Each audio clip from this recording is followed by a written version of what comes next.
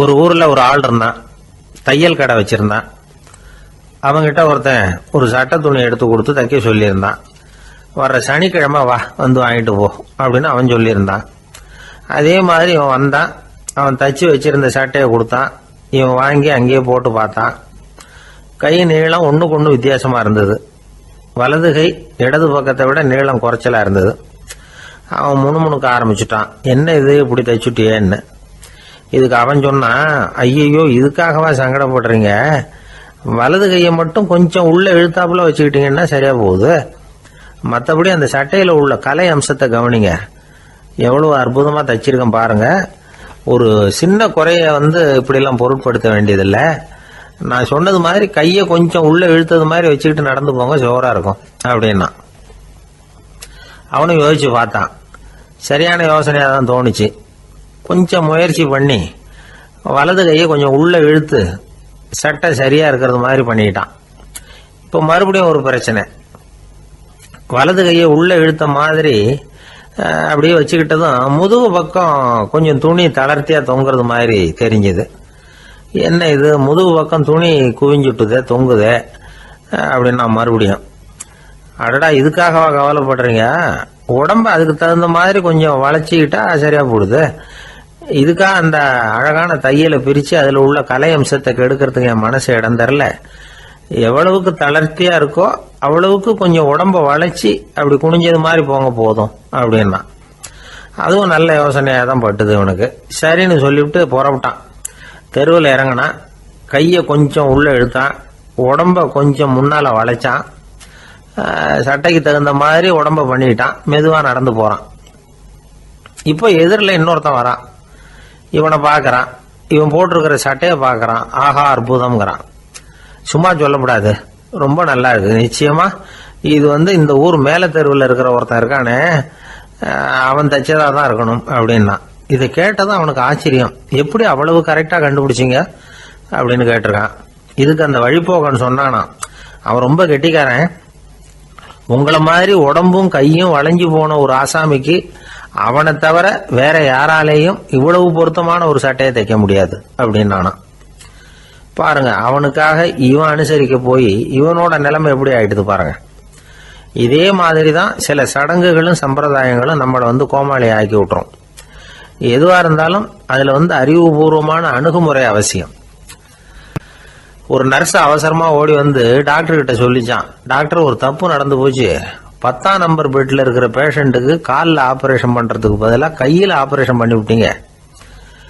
கை operation பண்ணிக்க வேண்டிய ஆள் 7ஆம் நம்பர் பெட்ல இருக்கார் அப்படின்னு தான். அதுக்கு ஒரு பதட்டப்படாம சொன்னாராம், பரவாயில்ல இவரை தூக்கி 7ஆம் நம்பர் பெட்ல போட்டுரு அப்படின்னாராம். ஒரு ஊர்ல ஒரு ஆள் இருந்தான். அவன் ஒரு நாள் கோயிலுக்கு போனான். கடவுள்கிட்ட வேண்டிக்கிட்டான், எனக்கு ஒரு 1,00,000 ரூபா நீ கொடுத்தா நான் உன் சன்னதியில் ஒரு தேங்காய் உடைக்கிறேன் அப்படின்னு வேண்டிக்கிட்டான். கடவுள் பார்த்தார். உடனே அவன் கண் முன்னாடி தோன்றினார். இந்தா நீ கேட்ட 1,00,000 ரூபாய் அப்படின்னு சொல்லி அவன் கையில் பணத்தை கொடுத்துட்டு மறைஞ்சிட்டார். இவனால் நம்பவே முடியல. இவ்வளவு சுலபமாக கிடைக்கும்னு தெரிஞ்சிருந்தா அனாவசியமாக ஒரு தேங்காய் உடைக்கிறேன்னு வேண்டியிருக்க வேண்டியது இல்லையே அப்படின்னு நினச்சான். இருந்தாலும் வேண்டுதலை நிறைவேற்ற வேண்டியது கடமை.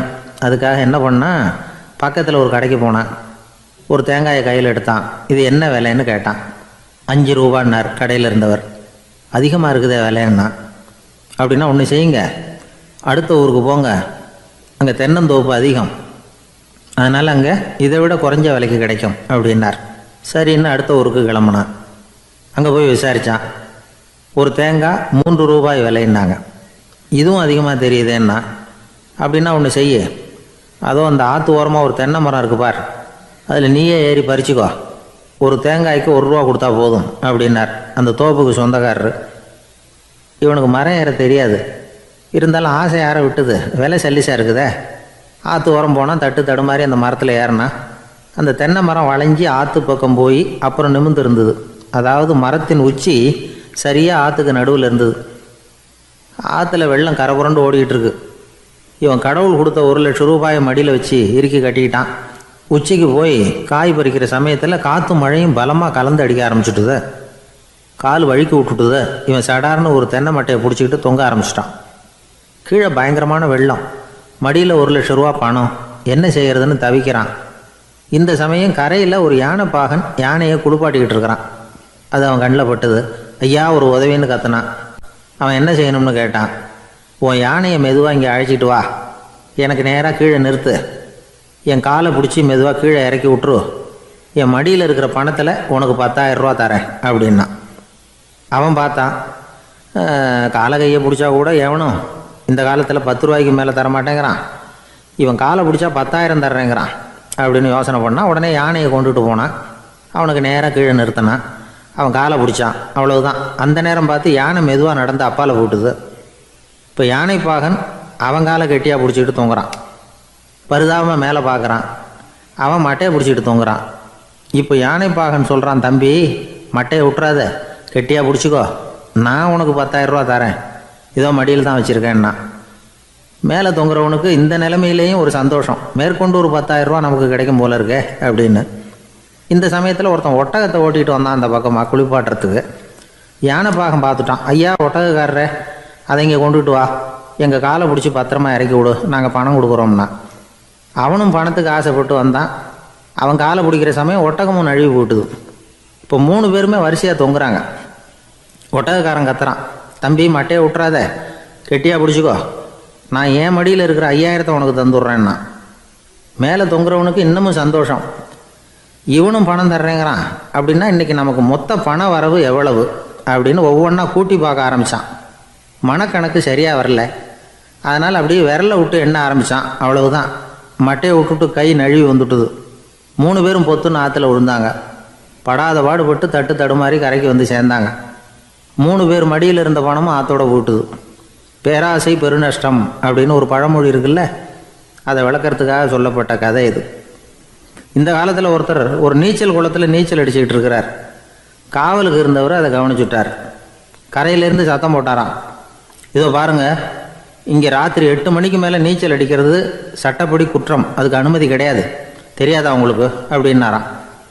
இதுக்கு அவர், ஐயையோ நான் நீச்சல் அடிக்க வந்தவன் இல்லைங்க, சும்மா சுற்றி பார்க்க வந்தவன், தடுமாறி குளத்தில் விழுந்துட்டேன், நீச்சல் தெரியாது, அதனால் தத்தளிச்சுக்கிட்டு இருக்கிறேன் அப்படின்னு கத்துனாராம்.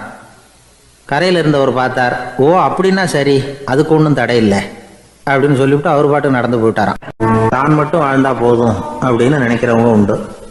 தானும் வாழணும், அடுத்தவங்களும் வாழணும் அப்படின்னு நினைக்கிறவங்களும் உண்டு. முதல்ல சொன்ன வகையை சேர்ந்த மனிதர்கள் எப்படி தெரியுமா? எப்படியாவது தான் மட்டும் வாழ்ந்தால் போதுங்கிற நினைப்பு தான் எப்பவும் அவங்களுக்கு இருக்கும். தங்களுடைய வளர்ச்சிக்கு எது தடையாக இருந்தாலும் சரி, யார் தடையாக இருந்தாலும் சரி, அதை அழிச்சுட்டு தான் மறுவேலை பார்ப்பாங்க. அவங்கெல்லாம் பாவ காரியங்களுக்கு தயங்குறதே இல்லை. அப்படிப்பட்ட வாழ்க்கை அவங்களுக்கே இடைஞ்சல அமைஞ்சு விடுறது உண்டு. அதை விளக்கிறதுக்கு ஒரு கதையும் உண்டு. ஒரு ஊரில் அப்படிப்பட்ட ஆள் ஒருத்தன் இருந்திருக்கான். நிறைய பாவங்களை செஞ்சவன். அதன் காரணமாக நரகப்படுகொழியில் விழுந்துட்டான். நரகப்படுகொழிங்கிறது ஒரு பெரிய கிணறு மாதிரி. ஏற்கனவே பாவம் செஞ்சவங்க நிறைய பேர் அதில் விழுந்து கிடக்குறாங்க. உள்ள ஏகப்பட்ட சத்தம், எல்லாம் அந்த பாவாத்மாக்கள் போடுற சத்தம். இப்போ விழுந்தானே இவனும் சத்தம் போட்டான். இவன் போடுற சத்தம் கொஞ்சம் அதிகமாக கேட்டுது. இந்த கிணத்துக்கு பக்கத்தில் புத்தர் உட்காந்துருக்கிறார். அவர் காதில் இவன் போடுற சத்தம் விழுந்தது. உடனே அந்த கிணத்தடிக்கு போனார். குனிஞ்சு பார்த்தார். சாமி என்னை காப்பாற்றுங்க அப்படின்னு கத்தனான் இவன். புத்தர் அவனை கொஞ்சம் கவனித்து பார்த்தார். மனித சமுதாயத்துக்கு அவன் என்னென்ன கெடுதல் பண்ணியிருக்கிறாங்கிற விவரம்லாம் அவர் மனக்கண்ணில் தெரிஞ்சுது. அவருக்கு எல்லாம் புரிஞ்சு போச்சு. இருந்தாலும் அவனை காப்பாற்றுறதுக்கு ஏதாவது வழி உண்டா அப்படின்னு யோசிச்சார். அவன் தன்னுடைய வாழ்நாளில் ஏதாவது நல்லது செஞ்சிருக்கானா அப்படின்னு பார்த்தார். ஒரே ஒரு சமயம் அவன் தன்னுடைய காலடியில் மிதிபட இருந்த சிலந்தியை மிதிக்காமல் தாண்டி போயிருக்கிறான். இந்த ஒரு காரியத்துக்காக அவனை கரையேற்ற முடியுமா அப்படின்னு நினைச்சார். அவ்வளவுதான். உடனே அவர் கையில் ஒரு சிலந்தி வந்து உட்காந்துதான். அதுகிட்ட இருந்து நூல் இழை வெளிவர ஆரம்பிச்சது. அந்த நூல் இழை கிணற்று ஆழம் வரைக்கும் அப்படியே நீண்டுகிட்டே போச்சான். புத்தர் பார்த்தார். இந்த நூலை பிடிச்சிக்கிட்டு மேலே ஏறி வா அப்படின்னார். என்னங்க சொல்றீங்க, இந்த சிலந்தி நூல் என்ன தாங்குமான்னு கத்தினான். எல்லாம் தாங்கும், அதை பிடிச்சிக்கிட்டு ஏறி வா அப்படின்னார். சந்தேகத்தோடவே அவன் அந்த நூல் இழைய பிடிச்சி இழுத்து பார்த்தான். ரொம்ப வலுவாக இருந்தது. அவனுக்கு ஆச்சரியம். அதை பிடிச்சிக்கிட்டே மெதுவாக மேலே ஏறி வர ஆரம்பிச்சிட்டான். பாதி தூரம் ஏறி வந்திருப்பான். அப்போ அவன் காலுக்கு கீழே ஏதோ சத்தம். என்னன்னு குனிஞ்சு பார்க்கறான். கீழே கிடந்தவங்க சில பேரும் அந்த நூலை பிடிச்சி மேலே வந்துக்கிட்டு இருக்கிறாங்க. இவனுக்கு கோபம் வந்துட்டுது. தன்னுடைய இடுப்புல வச்சிருந்த கத்தியை எடுத்து தன்னுடைய காலுக்கு கீழே நூல் இழையை அப்படியே வெட்டி விட்டுட்டான். இனிமே நாம மட்டும்தான் மேலே ஏறி வந்துடணும் அப்படின்னு நினைச்சுக்கிட்டான். ஆனா நடந்தது என்ன தெரியுமா? மொத்த நூல் இழையும் அப்படியே அருந்து கீழே விழுந்துட்டுது. அவனும் பொத்துன்னு கீழே விழுந்துட்டான். மறுபடியும் கத்த ஆரம்பிச்சுட்டான். ஏற்கனவே அவன் செஞ்சிருந்த ஒரு சிறு கருணை அந்த நூல் இழைக்கு உறுதியை கொடுத்தது. இப்போ அவன் செஞ்ச பாவம் அந்த நூல் இழைய வலுவிழக்க செஞ்சுட்டுது. அடுத்தவங்களும் வாழணுங்கிற எண்ணம் அவனுக்கு இருந்திருந்தா இப்போ அவனும் கரையேறி வந்திருப்பான், மற்றவங்களும் சௌக்கியமா வந்து சேர்ந்திருப்பாங்க. அதனால நாமும் வாழணும், அடுத்தவங்களும் வாழணும் அப்படின்னு நினைக்கிறவன் வாழ்க்கையில சீக்கிரம் முன்னுக்கு வந்துடுவான். ஒருத்தன் ஒரு டாக்டர் கிட்ட போனான், மருந்து வாங்கினான், வாங்கி கொண்டாந்து பேசாம வச்சுட்டான், சாப்பிடல. அப்புறம் எதுக்காகப்பா போய் அவர்கிட்ட மருந்து வாங்கினேன் அப்படின்னு கேட்டாங்க. டாக்டர் வாழணும் இல்லையா, அதனாலதான் அப்படின்னா. அவர் கொடுத்த மருந்தை நீ ஏன் சாப்பிடல அப்புறம் அப்படின்னு கேட்டாங்க. நான் வாழணும் இல்லையா, அதுக்காக தான் அப்படின்னா. அவர் ஒரு பெரிய குடும்பத்துல பிறந்தவர். இருக்கிற சொத்துக்கள் எல்லாத்தையும் வாரி வழங்கி விட்டு காட்டுக்கு புறப்பட்டார் தவம் செய்யறதுக்காக. இருந்தது ஊராவும் கொடுத்துட்டார். இனிமே எதுவுமே இல்லை கொடுக்கறதுக்கு. அப்போ கடைசியா ஒருத்தன் வந்து கையை நீட்டினானா, ஐயா ஏதாவது கொடுங்கன்னு இருக்கான். அவர் பார்த்தார், கட்டியிருக்கிற வேட்டியை தவிர வேற எதுவுமே இல்லை. 8 முழம் பட்டு வேட்டி, ஜரிகை கரையோடு இருக்குது. கடைசியா அதை தான் எடுத்துக்கிட்டு அவர் புறப்பட்டு இருக்கார். அவர் பார்த்தார், எதிரில் அவன் பரிதாபமா நின்றுட்டு இருக்கிறான். அந்த 8 முழ வேட்டியை 2ஆ கிழிச்சார். 4 முழத்தை அவங்ககிட்ட கொடுத்தாரு. மீதி 4 முழத்தை தன்னுடைய இடுப்புல கட்டிட்டு அவர் காட்டுக்கு போயிட்டார். இவன் என்ன பண்ணான் தெரியுமா? கையில கிடைச்ச 4 முழத்தை எடுத்துக்கிட்டு கடை வீதிக்கு போனான். பழைய பட்டு வேட்டி ஜருகை இதையெல்லாம் விலைக்கு வாங்குற வணிகர் ஒருத்தர் இருக்கார். அவர்கிட்ட போனான். இதை விலைக்கு எடுத்துக்கிறீங்களா அப்படின்னு கேட்டிருக்கான். அவர் வாங்கி பார்த்துருக்கார். ஆஹா, இது ரொம்ப அருமையான வேட்டி, விலை உயர்ந்த ஜருகை, இது ஏது உனக்கு அப்படின்னு கேட்டாரான். அவன் நடந்தது சொல்லியிருக்கான். அப்படின்னா ஒன்று செய்ய, இந்த வேட்டியோட இன்னொரு பாதியையும் மெதுவாக வாங்கிட்டு வந்துரு, உனக்கு நிறைய பணம் தர்றேன் அப்படின்னாரான் அந்த வணிகர். இவன் கொஞ்சம் யோசனை பண்ணி பார்த்தான். கொஞ்சம் இருங்க, வந்து விடுறேன் அப்படின்னு சொல்லிவிட்டு நேராக காட்டுக்கு போனான். அவர் எங்கே இருக்காருன்னு தேடி கண்டுபிடிச்சான். அவர் ஒரு இடத்துல தவக்கோலத்தில் இருக்கிறார். கட்டியிருந்த இடவேட்டியும் அவர் அறியாமல் நழுவி கீழே விழுந்து கிடக்குது.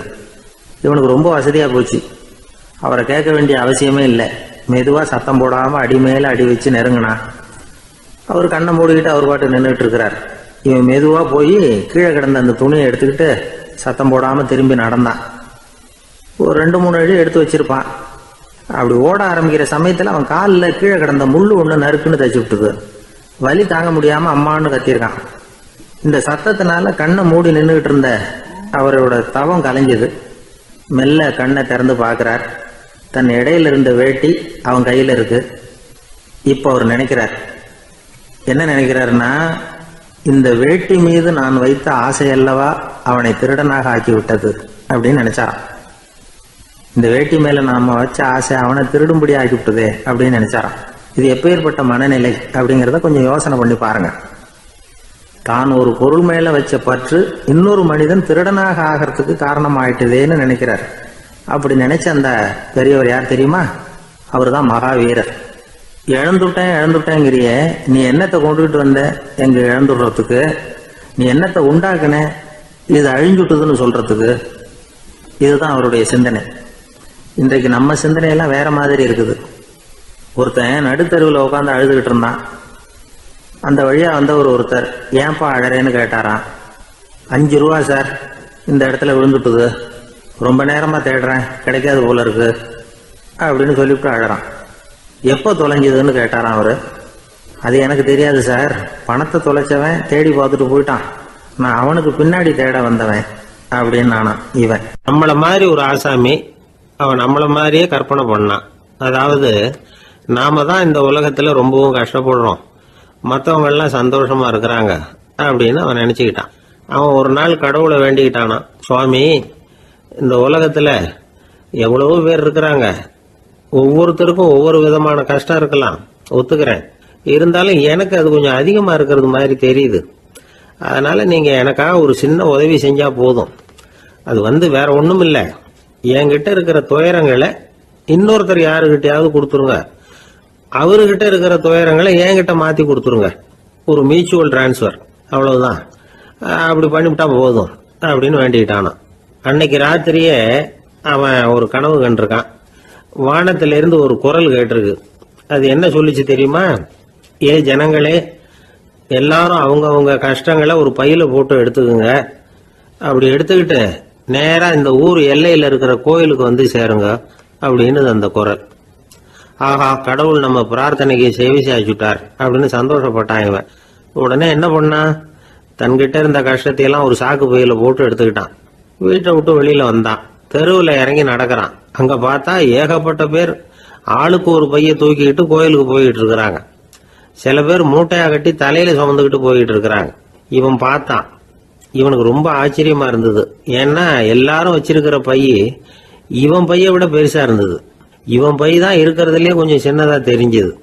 இப்ப அவன் மறுபடியும் சாமியை வேண்டிக்கிட்டான். கடவுளே, இப்ப உள்ள சூழ்நிலையை கவனிச்சா என்கிட்ட இருக்கிற பைய பரவாயில்லன்னு தோணுது. அதனால வேற பைய எதையும் மாத்த வேணாம், இதுவே பரவாயில்ல, இந்த பையோட திரும்பி வீட்டுக்கு போனா போதும்னு நினைக்கிறேன் அப்படின்னு ஏதோ நினைக்க ஆரம்பிச்சுட்டான் அவன். எல்லாரும் கோயிலுக்கு போய் சேர்ந்தாங்க. கோயில்ல அந்த குரல் மறுபடியும் கேட்டுது. எல்லாரும் அவங்கவுங்க பைகளை சோகத்துல தொங்க விடுங்க. திடீர்னு விளக்குகள் அணையும், மணி அடிக்கப்படும், அதுதான் அடையாளம். அந்த சமயத்துல இருட்டுல உங்களுக்கு வேண்டிய பைய நீங்க மாத்தி எடுத்துக்கலாம், தேர்ந்தெடுத்துக்கலாம். வெளிச்சம் இருக்கிறப்பவே உங்களுக்கு பிடிச்ச பைக்கு பக்கமா பார்த்து நீங்க நின்னுக்கலாம் அப்படின்னு சொல்லி விவரம் சொல்லிச்சான் அந்த குரல். அப்படி சொன்னதுக்கு அப்புறம் திடீர்னு விளக்கு அணைஞ்சுது, மணி அடிச்சுது. கொஞ்ச நேரம் கழிச்சு மறுபடியும் விளக்குகள்லாம் எரிஞ்சுது. இப்போ பார்த்தா எல்லாரும் அவங்கவுங்க பையையே கெட்டியா பிடிச்சிட்டு நிக்கிறாங்க. இவனும் அப்படியே நிக்கிறான். இவன் மெதுவா பக்கத்துல நிக்கிறவங்க கிட்ட கேட்டானா, ஏன் நீங்க பைய கையிலேயே வச்சிருக்கிறீங்க, செவுத்துல மாட்டலையா அப்படின்னு கேட்டிருக்கான். இல்லப்பா, நீ ஏன் கையிலேயே வச்சிருக்கிறியோ அதே காரணத்துக்காக தான் நாங்களும் வச்சிருக்கிறோம். நம்ம கவலைகளை பத்தி நமக்கு ஓரளவுக்காவது தெரியும். ஆனா மற்றவங்க கவலைகள் நமக்கு பரிச்சயம் இல்லாதவை, பழக்கம் இல்லாதது. அதனால நமக்கு தெரிஞ்ச கவலைகளை சமாளிக்கிறது சுலபம்.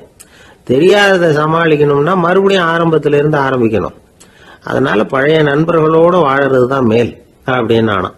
அதுக்கப்புறம் அவன் தன்னோட பைய போதும்னு வீட்டுக்கு திரும்பி வந்துட்டானான். இது ஒரு பெரியவர் சொல்லி இருக்கிற கதை. அதனால நம்ம கிட்ட இருக்கிற கஷ்டங்கள் தான் பெருசு, அதை இன்னொருத்தங்கிட்ட கொடுத்துட்டு மாத்திக்கலாம் அப்படின்னு நினைக்கிறது தப்பு. இதே மாதிரி இன்னொரு சம்பவம். ஒரு ஊர்ல ஒரு நாள் ராத்திரி ஆகாயத்திலிருந்து கடவுள் குரல் கேக்குது. இந்த ஊர்ல இருக்கிற ஜனங்கள்லாம் கொஞ்சம் கவனிங்க, உங்களுக்கு ஒரு செய்தி. அதாவது இங்க இருக்கிற ஜனங்கள்லயே கொஞ்சம் கூட கவலையே இல்லாத ஆள் யாருன்னு எனக்கு தெரியணும். அதனால எல்லாரும் அவங்க கவலைகளை ஒரு பையில போட்டு எடுத்துக்கிட்டு கோயிலுக்கு வாங்க அப்படின்னாரு கடவுள். உடனே வரிசையா எல்லாரும் வர ஆரம்பிச்சாங்க. எல்லார் கையிலயும் பை இருந்தது, சின்னதும் பெருசுமா. கவலையே இல்லாத ஆள் யாருன்னு தேடினார் கடவுள். ஒரே ஒரு ஆள் மட்டும் கையில எதுவும் இல்லாம வெறும் கையை வீசிக்கிட்டு ரொம்ப ஜாலியா நடந்து வந்துகிட்டு இருந்தான். கடவுள் அவங்ககிட்ட போனார். ஏப்பா, உனக்கு கவலையே இல்லையா அப்படின்னு கேட்டார். எனக்கும் சில கவலைகள்லாம் உண்டு அப்படின்னு அவன். எங்க அதெல்லாம்னு கேட்டிருக்காரு கடவுள். பின்னாடி லாரியில வந்துகிட்டு இருக்கு அப்படின்னு அவன். ஒரு ஊர்ல ஒருத்தர் இருந்தார், ரொம்ப நல்லவர். யாருக்காவது ஏதாவது கொடுத்துக்கிட்டே இருப்பார், கொடையாளி. தினமும் யாராவது ஒருத்தருக்கு ஏதாவது கொடுக்கலன்னா அவருக்கு தூக்கம் வராது, அப்படி ஒரு பழக்கம். அது மட்டும் இல்ல, அவர் கொடுக்கறது அடுத்தவங்களுக்கு தெரியாது, அவ்வளவு ரகசியமா அதை கொடுப்பார். வலது கை கொடுக்கறது இடது கைக்கு தெரியக்கூடாதுன்னு சொல்லுவாங்கல்ல, அது மாதிரி அவர். ஒரு நாள் ராத்திரி அவர் ஏற்கனவே தயாரா கட்டி வச்சிருந்த பணம் முடிச்ச கையில எடுத்துக்கிட்டு வீட்டை விட்டு வெளியில வந்தார். தெருவில் இறங்கி நடந்தார். இன்னைக்கு யாருக்கு தர்மம் செய்யறது அப்படின்னு யோசனை பண்ணிட்டு இருட்டில் நடந்து வந்துகிட்டு இருக்கிறார். யாரோ ஒருத்தர் எதிரில் வர்றது மாதிரி தெரிஞ்சுது. உடனே அவர் கிட்ட போனார். தன்கிட்ட இருந்த பணம் முடிச்சு அவசரமா அவர் கையில திணிச்சுட்டு திரும்பி வந்துட்டார். அப்பாடா, ஒரு வழியா யாருக்கும் தெரியாம இன்னைக்கு தர்மம் பண்ணியாச்சு அப்படிங்கிற மகிழ்ச்சி, மன நிறைவு அவர் முகத்துல. நிம்மதியா தூங்கினார். அப்புறம் எழுந்திரிச்சார். மறுநாள் காலையில ஊரு பூரா ஒரே பேச்சு.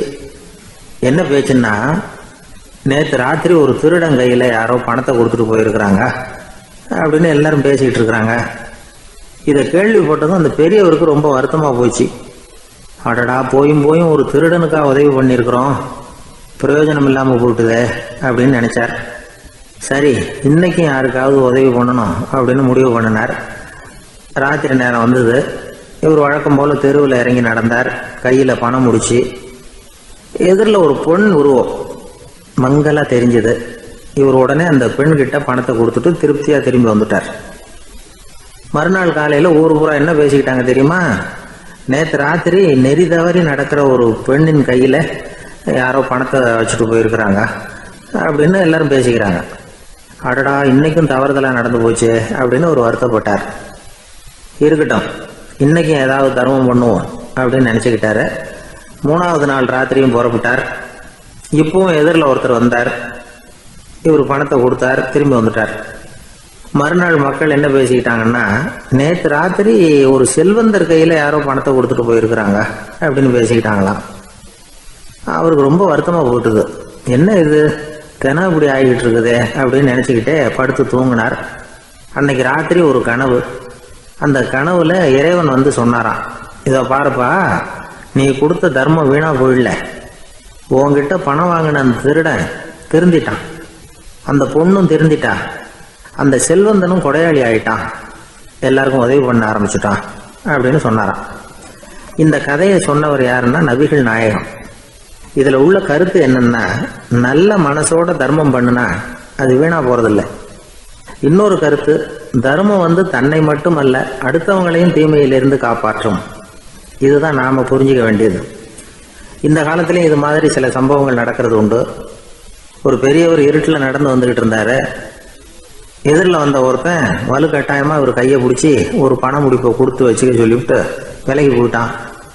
பெரியவருக்கு ஆச்சரியம், இந்த காலத்திலையும் இப்படி வலது கை கொடுக்கறது இடது கைக்கு தெரியக்கூடாதுன்னு நினைக்கிற கொடையாளிகள் உண்டு போல இருக்கு அப்படின்னு யோசனை பண்ணிக்கிட்டே நடந்தார்.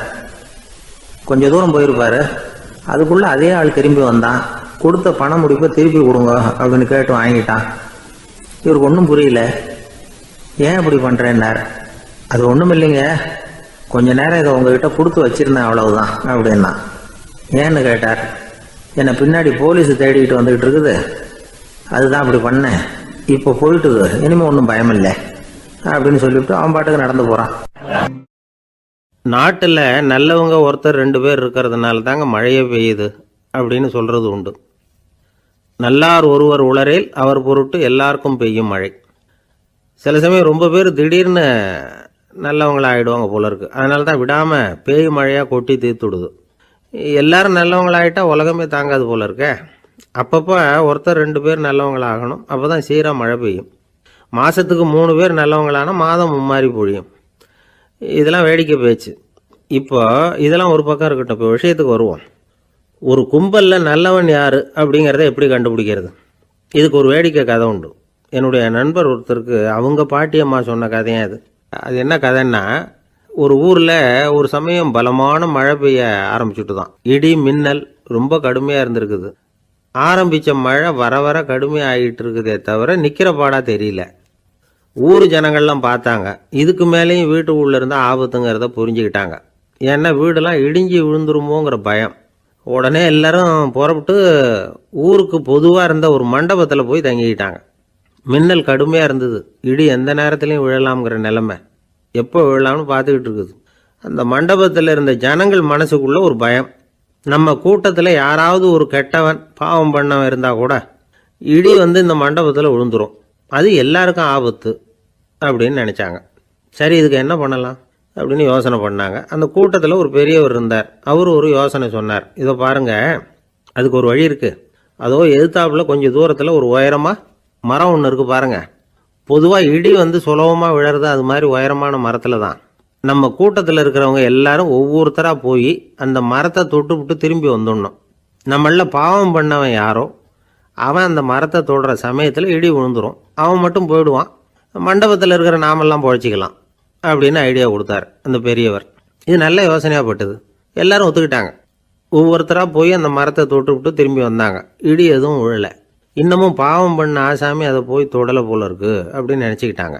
ஒவ்வொருத்தராக போகிறாங்க. எல்லாரும் போய் தொட்டுவிட்டு வந்தாச்சு. இன்னும் ஒரே ஒரு ஆசாமி தான் பாக்கி. கடைசியாக இருந்த அந்த ஆள் பயந்துட்டான். இது வரைக்கும் இடி விழலைன்னா இப்போ என்ன அர்த்தம்? இப்போ நாம தான் பாக்கி, நாம தான் தப்பு பண்ண ஆள் போல இருக்கு அப்படின்னு நினச்சிட்டான். அதனால் துணிச்சலாக போய் தொடுறதுக்கு பயந்தான், தயங்கிக்கிட்டே இருந்தான். இருந்தாலும் மற்றவங்கள்லாம் சும்மா இருப்பாங்களா, கட்டாயப்படுத்தி கழுத்தை பிடிச்சி தள்ளாத குறையா அவனை தள்ளி விட்டாங்க, போய் தொட்டுட்டு வாடான்னு. அவன் நடுங்கிக்கிட்டே போய் அந்த மரத்தை தொட்டான். அதே வினாடி ஒரு பயங்கரமான மின்னல் இடி விழுந்துட்டுது. எங்கே விழுந்தது தெரியுமா? அந்த ஆள் மேலே இல்லை, மண்டபத்தில் விழுந்தது. மண்டபத்தில் இருந்தவங்க பூரா காலி. அந்த ஒரு ஆள் மட்டும் புழைச்சிக்கிட்டான். இந்த ஒரு ஆளை காப்பாற்றுறதுக்காக தான் இடி வந்து மண்டபத்தில் விழாமல் இருந்திருக்குது. இதுதான் கதை. அதனால் நல்லவங்க எப்படியும் தப்பிச்சுக்குவாங்க அப்படிங்கிறது ஒரு நீதி. ஒருத்தன் அப்படி தான் தெருவில் நடந்து போய்கிட்டு இருந்தான், ரொம்ப நல்லவன். எதிரில் ஒருத்தன் சைக்கிளில் வந்துக்கிட்டு இருந்தான். அதில் மோதி இவன் கீழே விழுந்துட்டான். சைக்கிள்காரன் உடனே இறங்கி இவனை தூக்கி விட்டான். இவன் எழுந்திரிச்சு அவனை முறைச்சி பார்த்தான். அப்படி பார்க்காதீங்க சார், நீங்கள் ரொம்ப புண்ணியம் பண்ணியிருக்கீங்க, அதுதான் இப்போ வந்து சைக்கிளில் மோதிக்கிட்டீங்க அப்படின்றான். என்ன அப்படி சொல்கிறேன் நானா? இவன் 10 நிமிஷத்துக்கு முன்னாடி நான் லாரி ஓட்டிகிட்டு வந்தேன், அப்போ நீங்கள் எதிரில் வந்திருந்தீங்கன்னா என்ன ஆயிருக்கும் அப்படின்னானா அவன். ஒரு காட்டில் ஒரு நரி இருந்தது. ஒரு நாள் காலை நேரம் அது தன்னுடைய இருப்பிடத்திலிருந்து வெளியில் வந்தது. கொஞ்சம் தூரம் நடந்து வந்தது. அப்போ தான் அது தன்னோட நிழலை கவனித்து பார்த்தா அது ரொம்ப நீளமாக பெருசாக இருக்குது. காலை நேரத்தில் நிழல் அப்படி தானே இருக்கும். ஆனால் அந்த நரிக்கு அந்த விஷயம் தெரியல. தன்னுடைய நீண்ட பெரிய நிழலை பார்த்து ஆச்சரியப்பட்டது. ஆஹா, நாம் இவ்வளவு பெருசாக இருக்கிறோம் அப்படின்னா என்னுடைய காலை சாப்பாட்டுக்கு ஒரு யானை இல்லைன்னா ஒரு ஒட்டகம் கிடைச்சாதான் சரியாக இருக்கும் போல இருக்கு அப்படின்னு முடிவு பண்ணிக்கிட்டுது. உடனே ஒரு யானை அல்லது ஒட்டகத்தை தேடி அலைஞ்சது, எங்கே கிடைக்கும்னு. கிடைக்கவே இல்லை. மத்தியானம் 12 மணி ஆயிட்டுது. பசியோடு அலையுது. இப்போ தன்னோட நிழலை பார்த்தது. அது மத்தியான நிழல் எப்படி இருக்கும்? அது ரொம்பவும் குறுகி போய் தெரிஞ்சுது. உடனே அந்த நரி என்ன நினச்சிக்கிட்டு தான் தெரியுமா? காலை ஆகாரம் சாப்பிடாததுனால நம்ம உடம்பு இப்படி அழிச்சு போட்டுதே அப்படின்னு நினச்சிக்கிட்டு தான். கொஞ்ச நேரம் கழித்து மறுபடியும் தன்னுடைய நிழலை பார்க்குது. அது இன்னமும் குறுகி போய் காலடியிலேயே வந்துட்டுது. அதுக்கு பயமாக போயிடுது. ஐயையோ, இன்னும் கொஞ்ச நேரத்தில் நாம் இறந்துருவோம் போல இருக்க, இப்போ என்ன செய்யறது? இந்த சமயத்தில் ஒரு எறும்பு கிடைச்சா கூட போதும், அதை வந்து நம்ம காலை ஆகாரமாக நினச்சி சாப்பிட்டுள்ளாமே அப்படின்னு நினச்சிதான். நம்முடைய நிழல் கூட நம்மளை மாதிரியே தான் அடிக்கடி மாறிக்கிட்டே தான் இருக்குது. அது எப்பவும் ஒரே மாதிரி இருக்கிறது இல்லை. மனிதனுக்கு ஏற்படுகிற தன்முனைப்பு இருக்கு பாருங்க, ஈகோ, அது கூட ஒரு நிழல் மாதிரி தானா. அப்படி நினைக்க ஆரம்பிச்சுட்டா அதனால ஏதும் பிரச்சனை வராதான். தன்முனைப்பை வந்து நிழல் போலவே ஏற்றுக்கொள்ளுங்கள் அப்படிங்கிறது பெரியவங்க கருத்து. ஒரு காரியத்தை வெற்றிகரமாக நல்ல விதமாக செஞ்சு முடிக்கிறோம்னு வச்சுக்கோங்க, அந்த சமயத்தில் ஒரு வித நுட்பமான தற்பெருமை நமக்குள்ள உண்டாகுது. இது இயற்கையானது, அதனால இது மேலே பற்று வைக்கக்கூடாது. அப்படி வைக்க ஆரம்பிச்சுட்டா அந்த தற்பெருமை ஒரு நிரந்தர விருந்தாளியாக நம்மகிட்ட தங்கிக்கும். நம்ம நிழல் எப்படின்னு பாருங்க, நாம நடக்கும் பொழுது நம்ம பின்னாடியே வரும். தன்முனைப்பையும் அப்படியே நினைச்சுக்குங்க. நிழல் வந்து யாருக்கும் எந்த பிரச்சனையையும் உண்டாக்குறது இல்லை. ஆனால் அந்த நிழலை கண்டே நாம் பயப்பட ஆரம்பிச்சுட்டா நாம் எதுலேயும் வெற்றி காண முடியாது. நிழலோட சண்டை போடக்கூடாது. அது மாதிரி தன்முனைப்போடவும் நாம் வந்து சண்டை போட வேண்டியதில்லை. இல்லாத ஒன்றோடு சண்டை போடுறது எப்படின்னா, அது இருட்டோட சண்டை போடுறது மாதிரி. நாம் வந்து நிழல் கிடையாது, நம்ம கிட்ட இருக்கிற தன்முனைப்பு ஒரு நிழல். நம்ம நிழலையும் நமக்கு சமமாக பார்க்குறோம் பாருங்க, அங்கே தான் சிக்கலே ஆரம்பம். இப்போ நாம் நடந்து போய்கிட்டு இருக்கிறோம், நம்ம நிழல் வந்து தரையில் விழுது. யாரோ ஒருத்தர் நம்ம நிழல் மேலே காலை வச்சு நடந்து போகிறார். உடனே அவர்கிட்ட சண்டைக்கா போகிறோம், ஏண்டா என் நிழலை மிதிச்ச அப்படின்னு. நமக்கு தெரியும் அது நிழல் தாங்கிறது. அவர் உங்கள் மேலே நடக்கலை, உங்களுடைய நிழல் மேலே தான் நடக்கிறார். அது மாதிரி உங்கள் தன்முனைப்பின் மேலே யாராவது நடந்தால் உங்களை அவமானப்படுத்துறதா நினைக்கிறீங்க. காரணம், நாமளும் நம்ம தன்முனைப்பும் ஒன்றுங்கிற நினைப்பு தான் காரணம், மற்றபடி வேற ஒன்றும் கிடையாது. நம்ம நிழல் மேலே நடக்கிறவர் நம்மளை காயப்படுத்துறதில்லை. தன்முனைப்பை வேண்டாத ஒன்றாவும் பார்க்க வேண்டியதில்லை. அது வந்து இயற்கை. நிழலை வந்து உங்கள் முன்னாடி வைக்க வேணாம், அது உங்கள் பின்னாடியே இருக்கட்டும். நிழலின் நிழலாகி விடாதீர்கள், நீங்கள் நீங்களாகவே இருங்கள். இதுதான் சான்றோர் சிந்தனை. ஒரு பேருந்தில் ஒரே நெரிசல். ஒருத்தர் பக்கத்தில் நின்றுகிட்டு இருந்தவர்கிட்ட ரொம்ப பணிவாக விசாரிச்சார், ஏன் சார் நீங்கள் ஏதாவது பெரிய உத்தியோகத்தில் இருக்கிறீங்களா அப்படின்னார். அப்படிலாம் ஒன்றும் இல்லைங்க என்னார் அவர். அப்படின்னா வேற ஏதாவது அரசியலில் பெரிய பதவியில் இருக்கிறீங்களா அப்படின்னு கேட்டார். அதுவும் இல்லை.